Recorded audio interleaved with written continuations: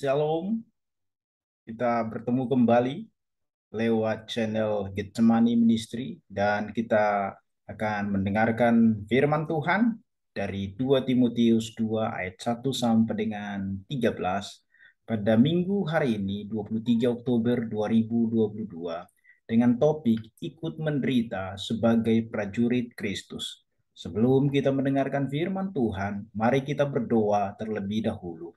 Bapa di dalam sorga, ajarlah kami untuk mengerti firman-Mu. Dalam Kristus Yesus kami berdoa. Amin.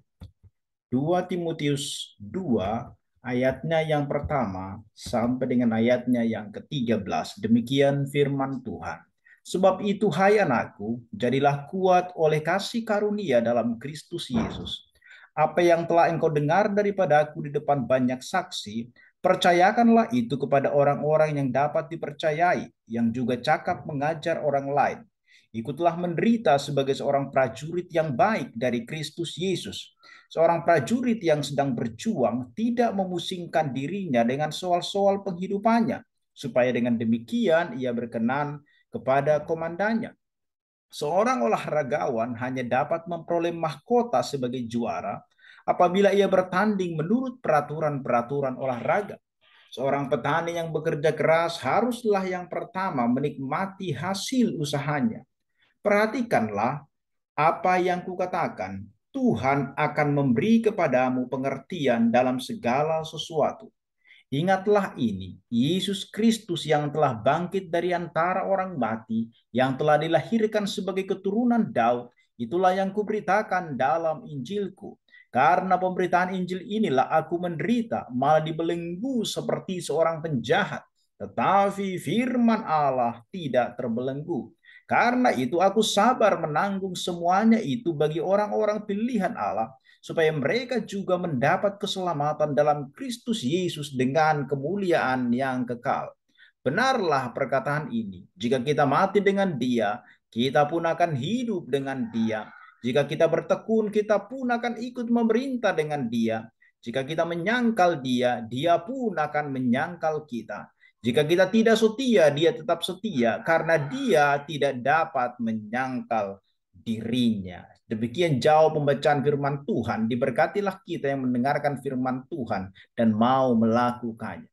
Bapak Ibu Saudaraku yang terkasih, penderitaan merupakan sesuatu hal yang sebisa mungkin dihindari oleh banyak orang.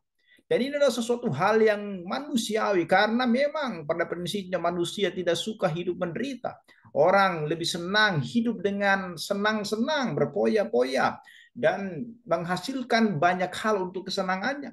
Kalau bisa hidup kita jangan ada penderitaan, melainkan semua adalah hal yang membuat kita bersuka cita. Itu sebabnya kalau membahas tema penderitaan di zaman sekarang ini, agaknya menjadi tema yang dihindari banyak orang. Bahkan tidak sedikit orang Kristen yang menghubungkan penderitaan sebagai akibat dari kutukan dosa, akibat dari hal-hal yang kita lakukan di masa lalu atau nenek moyang kita lakukan di masa lalu, maka kita mengalami penderitaan. Padahal penderitaan itu tidak selamanya disebabkan oleh karena kutuk. Bukan karena selamanya itu diakibatkan oleh dosa. Penderitaan ternyata pada pengertian lain adalah salah satu alat Tuhan untuk membentuk umat dan hamba-hambanya. Dalam perjanjian baru ada istilah menyangkal diri dan memikul salib yang artinya jelas bahwa setiap pengikut Kristus harus mengalami yang namanya penderitaan. Salib tidak pernah dihubungkan dengan sukacita atau kebahagiaan, tetapi selalu dilambangkan sebagai sebuah penderitaan, bahkan puncak daripada penderitaan. Memikul salib malah berkonotasi pada adanya sebuah perjuangan yang begitu berat. Tetapi Paulus justru mendorong Timotius untuk menjadi kuat dan ikut menderita dalam pelayanan pemberitaan Injil. Paulus bukan tanpa alasan mendorong Timotius untuk menderita. Dasar alasan Paulus adalah kasih karunia Allah di dalam Yesus Kristus. Kita bisa lihat itu di ayat yang pertama itu dan 2 Timotius 1 ayat 9. Ini merupakan himbauan daripada Paulus kepada Timotius untuk berjuang dengan tekun karena akan menerima mahkota kemenangan ketika dia berjuang dengan setia. konflik demikian melahirkan penderitaan, tetapi penderitaan yang membawa kepada kemenangan. Perjuangan ini harus ditempuh dengan baik, khususnya sehubungan dengan para penyesat. Kita bisa membaca itu di pasal selanjutnya. Kalau kita memperhatikan bagian ini, Paulus memberikan gambaran-gambaran bagaimana sesungguhnya profil daripada prajurit Kristus yang dipanggil menjadi prajurit Kristus, yaitu panggilan untuk menderita. Di dalam ayatnya yang pertama, dan kita bisa lihat juga di pasal 3, 10, 14,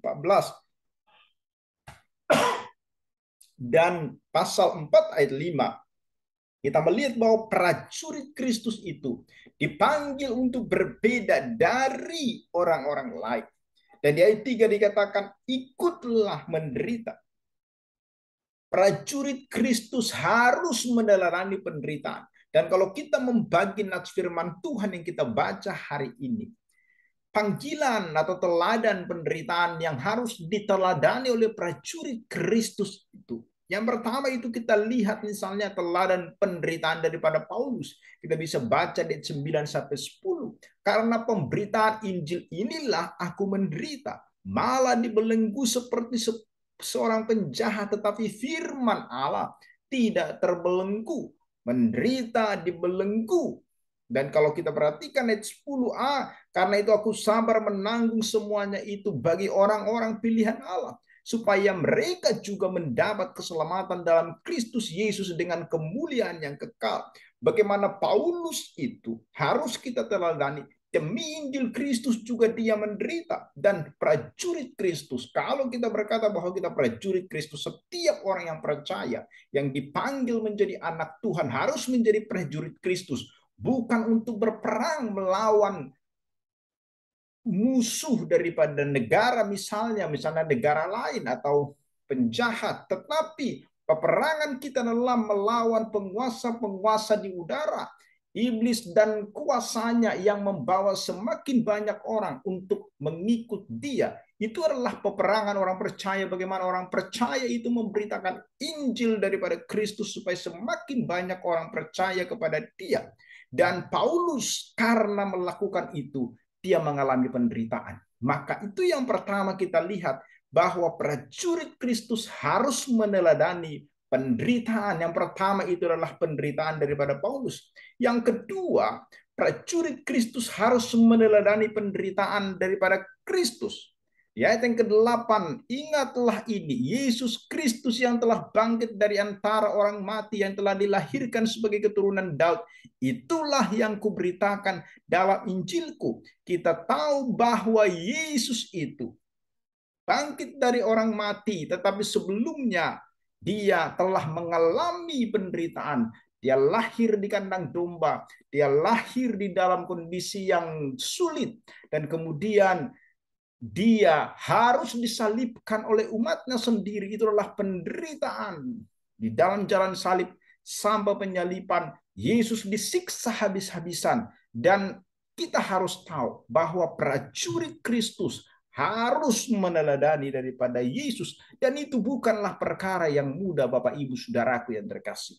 Yang ketiga, kita bisa lihat di ayat 11 sampai dengan 13 bagaimana teladan penderitaan semua orang-orang Kristen. Dikatakan di sana, jika kita mati dengan dia, kita pun akan hidup dengan dia. Jika kita bertekun, kita pun akan ikut memerintah dengan dia. Jika kita menyangkal dia, dia akan menyangkal kita. Jika kita tidak setia, dia tetap setia karena dia tidak dapat menyangkal dirinya. Kita bisa perhatikan bahwa orang-orang yang dimaksudkan oleh Paulus di sini adalah mereka mengalami penderitaan. Orang-orang di zamannya yang menerima Yesus, yang memberitakan firman Tuhan, mereka juga mengalami aniaya. Mereka mengalami kematian. Mereka itu kadangkala sampai ditantang untuk menyangkali imannya. Dan itu adalah penderitaan. Dan kalau kita perhatikan di dalam bagian ini, Paulus memberikan metafora penderitaan itu. Bagaimana seorang prajurit Kristus dapat kuat di dalam penderitaan. Kita bisa melihat yang pertama adalah supaya orang percaya itu, para prajurit Kristus itu dapat kuat dalam penderitaan. Paulus memberikan metafora yang pertama itu prajurit. Dari seorang prajurit yang harus kita lihat adalah bagaimana kefokusannya. Dan kalau kita prajurit Kristus, kita harus fokus kepada Tuhan. Di ayat yang keempat itu, dikatakan di sana seorang prajurit yang sedang berjuang tidak memusingkan dirinya dengan soal-soal penghidupannya. Supaya dengan demikian ia berkenan kepada komandannya. Prajurit yang berjuang memfokuskan dirinya kepada peperangan yang sedang dihadapinya. Tidak boleh kehilangan fokus pada saat peperangan. Karena begitu kehilangan fokus sesaat saja, maka dia bisa kehilangan nyawa dan merugikan seluruh pasukan. Apa yang diperintahkan oleh komandannya akan dijalankannya sepenuh hati tanpa pertanyaan ataupun keraguan sedikit pun. Dia harus berkata, siap. Prajurit akan fokus kepada perintah dan misi yang sedang dijalankannya hingga misi itu dapat berhasil. Demikian juga dengan kehidupan rohani kita. Kita harus bisa memfokuskan diri kita kepada Tuhan dengan menyingkirkan segala keraguan, ketakutan, kekhawatiran, dan segala pertanyaan yang muncul dalam diri kita. Tuhan kita adalah komandan yang tahu persis tujuan dan beri perintah yang diberikan kepada kita. Dia tidak akan menjerumuskan kita dengan perintah-perintah yang diberikannya bagi kita. Tetapi kita mulai khawatir dengan kebenaran dari firman-Nya dan segala janji Tuhan bagi kita. Maka musuh atau si iblis akan dapat dengan mudah mengalahkan kita. Dengan berbagai masalah yang menekan hidup kita. Sehingga kita tidak bisa mendapat jalan keluar dari masalah yang kita hadapi. Oleh karena itu hiduplah dalam kebenaran dan berkenan kepada Tuhan. Maka kita akan menjadi prajurit yang baik di hadapannya. Dalam Mazmur 26 ayat 3.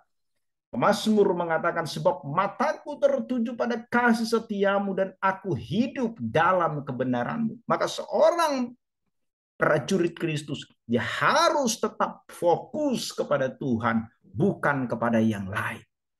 Apa itu yang lain? Bisa uang, jabatan, seks, dan segala macam. Maka kita harus fokus kepada Tuhan, supaya kita menjadi murid Kristus, prajurit Kristus yang tetap bisa bertahan.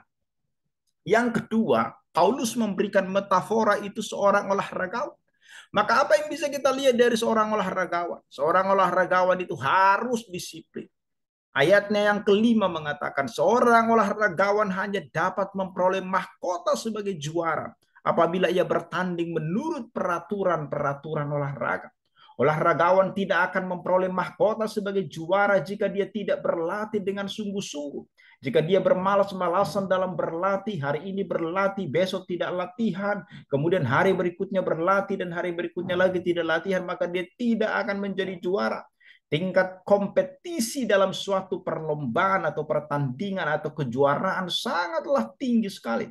Semakin bergengsi sebuah event pertandingan, maka semakin tinggi pula kompetensi yang ada atau kompetisi yang ada. Dan tentunya intensitas latihan yang harus dilakukan juga harus lebih tinggi lagi. Untuk itu diperlukan yang disebut dengan yang namanya kedisiplinan. Kedisiplinan dalam berlatih akan memacu keterampilan dan kekuatan sang olahragawan sehingga dia dapat bersaing dengan ketat pada saat pertandingan. Kedisiplinan dalam berlatih juga akan meningkatkan stamina dalam bertanding. Hal yang sama di dalam kerohanian kita. Kedisiplinan secara rohani juga sangat mutlak diperlukan agar kita sanggup melawan si musuh yaitu iblis. Ketika kita bermalas-malasan dalam membaca firman Tuhan, berdoa secara pribadi, mengikuti ibadah atau persekutuan dan yang lainnya, maka kekuatan tubuh rohani kita akan semakin lemah. Kita dapat dengan mudah dikalahkan oleh tipu daya si iblis. Tetapi ketika kita melatih tubuh rohani kita dengan rutin dan disiplin setiap harinya, maka tubuh rohani kita akan semakin kuat, semakin tangguh, semakin besar, dan semakin tangkas dalam menghadapi lawan kita, yaitu iblis dengan segala macam siasatnya. Disiplin dalam beribadah akan memacu kehidupan rohani kita sehingga kita dapat menjadi prajurit Yesus yang tangguh dan kuat. Oleh karena itu, kita perlu melatih disiplin rohani kita. Yang ketiga, Bapak Ibu Saudaraku yang terkasih, Paulus memberikan metafora tentang seorang petani. Apa yang kita lihat dari seorang petani? Seorang petani itu harus dia tekun di dalam mengerjakan.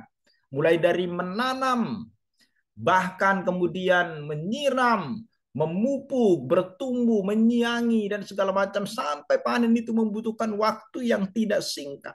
Tetapi seorang petani harus tekun, bisa saja gagal, tetapi dia harus tekun mengulangi itu. Di ayat yang ke-6 dikatakan seorang petani yang bekerja keras haruslah yang pertama menikmati hasil usahanya. Petani selalu menjalani pekerjaannya tanpa jemu-jemu. Mulai dari menyiapkan lahan bertani, membajaknya, menanami dengan bibit tanaman, mengairi lahan pertanian, memberi pupuk, merawat, mengusir hama yang mengganggu, hingga akhirnya dapat musim di mana dia akan menuai hasilnya. Sebelum hasil panen dijual, sang petani akan menikmati terlebih dahulu hasil yang dia dapat.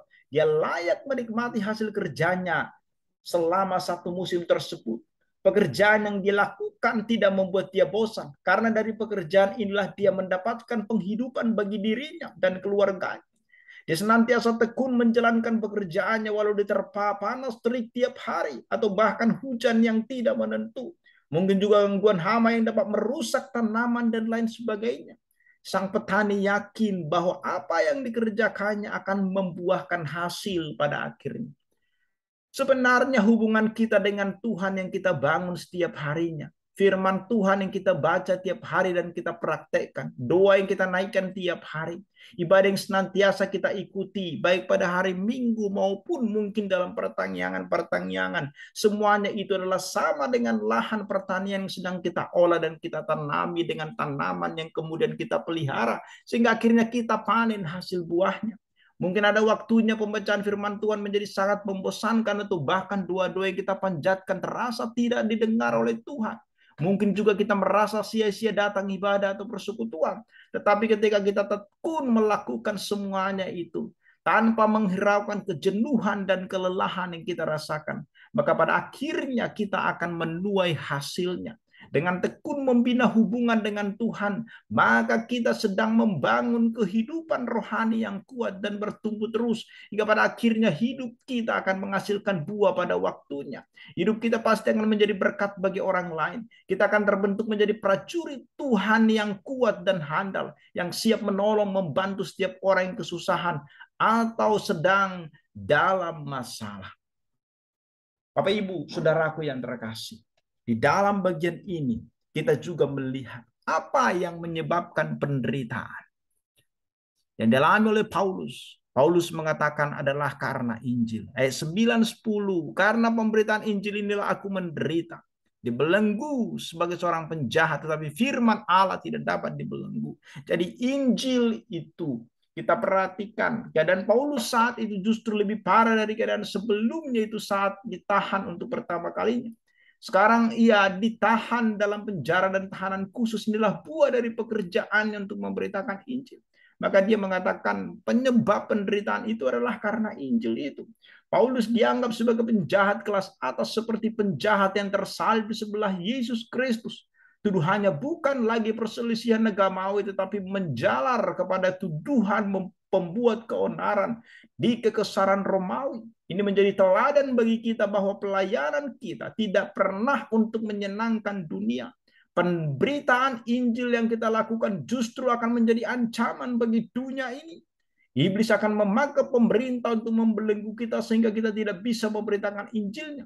Paulus telah terbelenggu di dalam penjara, namun kesaksiannya terus berjalan.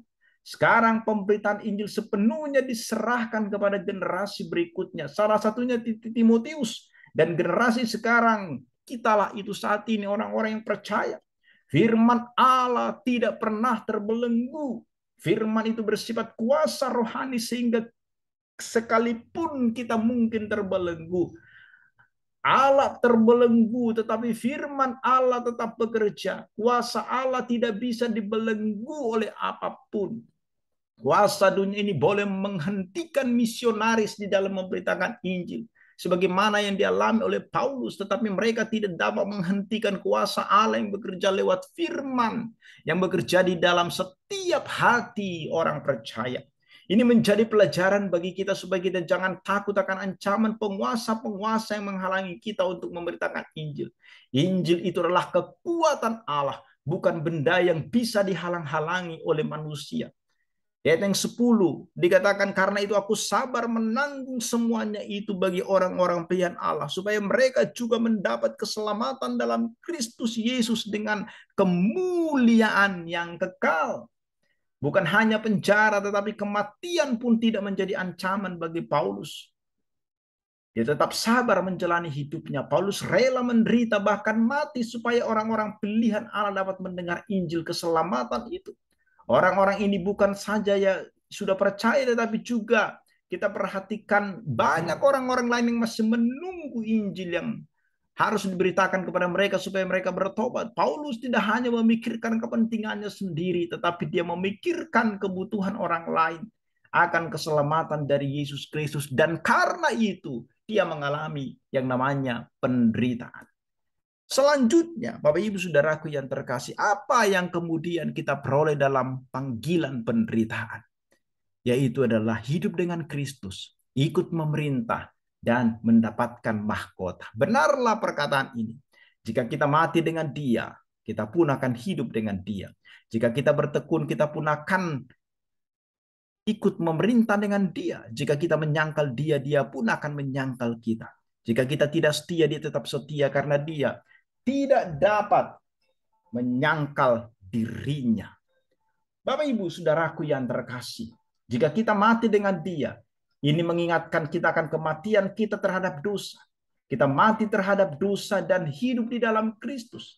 Jika kita bertekun untuk mencapai kesempurnaan seperti Kristus, kita harus tetap bertekun untuk menghadapi segala macam persoalan hidup. Ikut memerintah. Orang-orang percaya akan bersama-sama mengadili orang-orang yang tidak percaya. Menyangkal ini seturut dengan perkataan Yesus, setiap orang tidak mengakui anak manusia, maka anak manusia pun tidak mengakuinya di hadapan Allah.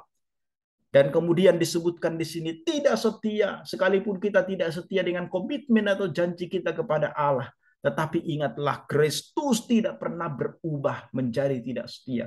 Karena salah satu sifat Allah adalah kasih setia yang tidak pernah berkesudahan. Tetapi di dalam firman Tuhan yang kita baca hari ini, mengingatkan kita bagaimana kita sebagai prajurit Kristus dipanggil bukan untuk memerintah, tetapi dipanggil untuk menderita.